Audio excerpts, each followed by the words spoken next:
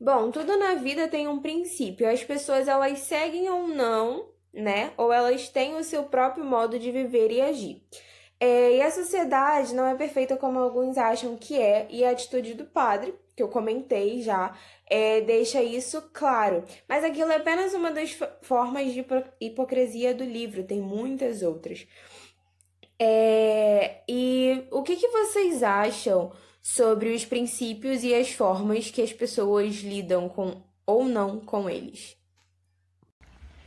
Quanto aos princípios e a forma como as pessoas lidam com eles, eu acredito que princípios são muito importantes no sentido de reger uma sociedade, reger as atitudes individuais, os pensamentos, as concepções, os sentimentos das pessoas. É um pouco voltado para os princípios nos quais nós seguimos, mas nós não podemos tomar dessa ideia ou dessa concepção para poder nos alienar ou tampouco seguir algo que vai contra ao princípio geral de sociedade, a um princípio geral de convivência. A gente tem que tomar muito cuidado entre policiar os nossos princípios a um ideal de respeito, a um ideal de igualdade, a um ideal de solidariedade, de concordância com, com a legislação vigente, com a nossa Constituição, com os nossos, até mesmo com a nossa postura em sociedade, a nossa postura em, em comunidade, sabe? Os nossos princípios eles precisam estar principalmente vinculados a esse ideal de concordância entre aquilo que eu sigo e aquilo que é do coletivo. Acho que é um pouco sobre isso. Eu acho assim que os princípios eles vão estar na sociedade de alguma forma, porque ele está inserido em um monte de lugares, na nossa família, na nossa escola, na nossa religião. Então, eu acho que os princípios eles vão existir, mas eu acho que o grande problema é quando o princípio, a moral e os valores elas colocam um empecilho na vida do ser humano. Por exemplo, esse padre, a gente olha para ele como um hipócrita, porque ele pega esses valores, essa moral, e ele vai contra aquilo dali, que é uma coisa que ele escolheu, é um princípio que ele escolheu seguir, e ele vai contra aquilo dali. Muitas vezes na sociedade acontece isso. A gente infringe esses princípios porque a maioria deles são muito opressores. Então, assim, eu creio, assim, eu acredito que eles devam existir, mas quando eles são opressores demais, eles formam uma sociedade mentirosa, uma sociedade que prefere mentir a mostrar para todo mundo, porque sabe que vai ser punido de alguma forma. Então, os princípios, ele hoje está na sociedade também como uma forma de punir. Por exemplo, eu não sou como a minha família quer e os princípios da minha família são daquele jeito, eu sou excluído da minha família, eu vou deixar de ser filho, eu vou deixar de ser neto, enfim. Então, o princípio, ele vai existir sempre na sociedade, mas ele pode ser um meio de trazer essa mentira, essa coisa mais carregada para a sociedade. É isso que eu acho.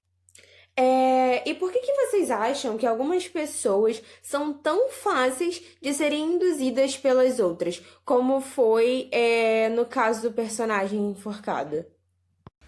Quanto à questão das pessoas serem facilmente induzidas, a gente pode retornar um pouco para a primeira pergunta, atribuindo a uma falta até mesmo de princípio, mas eu não queria usar a palavra princípio, eu acho que é a falta de opinião, uma falta de valores internos e próprios que não são flexíveis ou manipuláveis, de acordo com as condições, com a pressão ou com até mesmo uma imposição feita pela sociedade.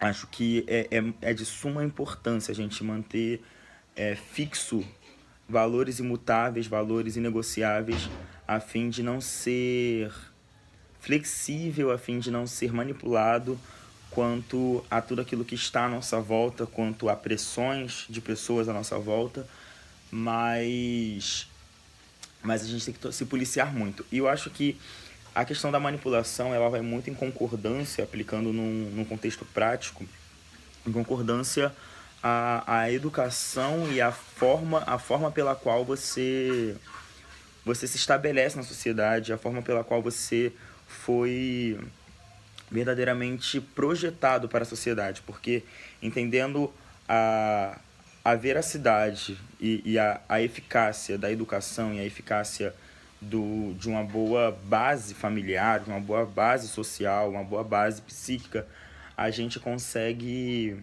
a gente consegue captar muito melhor essas influências a fim de não ser levados por elas, sabe? É manter um pensamento forte, um pensamento convicto, a fim de não ser facilmente condicionado ao pensamento alheio. Acho que é um pouco sobre isso. Então, essa coisa do ser induzido, né, é muito. É engraçado porque Letícia, acho que seja total envolvido com o psicológico da pessoa, com o que ela tem dentro dela. Eu acho que se ela for uma pessoa que tem medo, uma pessoa muito insegura de si, uma pessoa que não acredita nela, ela vai ser facilmente influenciada por outras pessoas. Eu acho que um meio também que assim a influência é muito forte é sobre quando a gente não tem um conceito sobre um assunto, quando a gente não estuda sobre aquele assunto, sobre coisas da sociedade mesmo, sobre coisas que a gente vive, quando a gente não conhece e uma pessoa chega para falar uma verdade para gente, se a gente não conhece daquilo dali, a gente vai facilmente aceitar aquilo, vai ser facilmente influenciado. Então, quando eu conheço um indivíduo que não gosta muito de estudar, que não liga muito para o que está acontecendo na sociedade, ele é facilmente influenciado por pessoas que estão acima dele. Então, eu acho que essa coisa do ser influenciado, do ser induzido, está totalmente ligado ao que você tem dentro de você. Quando você não conhece sobre um assunto, é muito mais fácil você acreditar em alguém, no que ela está te dizendo, e seguir aquilo que ela está falando, do que andar com as suas próprias pernas. Então, acho que isso pode ter acontecido com esse enforcado aí.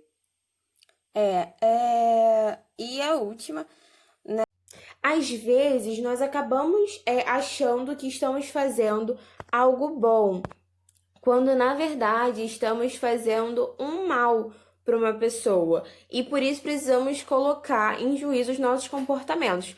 O que vocês pensam sobre isso? O viver em sociedade acho que exige um pouco dessa compreensão sobre essa linha entre o que é bom para mim e o que pode não ser bom para o outro, sabe? Acho que a gente tem que se policiar o tempo todo, a gente tem que se autoanalisar, analisar os nossos comportamentos o tempo todo, a fim de não ser pessoas tóxicas ou pessoas que atingem o outro de uma maneira negativa, atravessam o outro de uma maneira negativa. Então, quanto a isso, quanto a uma atitude individual, eu acho que a autorreflexão é muito importante. Eu não acho que a autorreflexão é alcançável para todos, porque a falta de consciência e a falta de responsabilidade emocional não é algo presente, tão latente na nossa sociedade, em todas as pessoas que estão à nossa volta.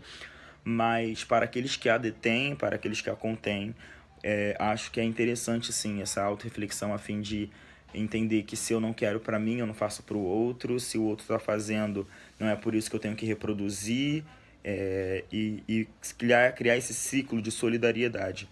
Mas quanto a uma escala maior, uma escala de autoridade, uma escala de princípio, uma escala de deveres, a gente pode muito bem associar esse equilíbrio à formulação de leis, à formulação, por exemplo, dos direitos humanos, à formulação de valores e estatutos que negociam essas transações, negociam essas relações a fim delas não tenderem mais para um lado ou para o outro, mas manterem um equilíbrio a fim de ninguém sair prejudicado no ideal de sociedade, no ideal de convivência, no ideal de comportamento e aceitação um dos outros. É um pouquinho sobre isso. Isso, para mim, está implantado muito fortemente na sociedade. Eu acho que o indivíduo, o ser humano, ele tem esse problema de achar que o que é bom para ele é bom para todo mundo. E a gente chega até na primeira, né, na primeira pergunta que fala sobre valores, sobre princípios, e a gente acha que muitas vezes aquilo que é bom para mim é bom para todo mundo. Então, o que eu penso sobre isso?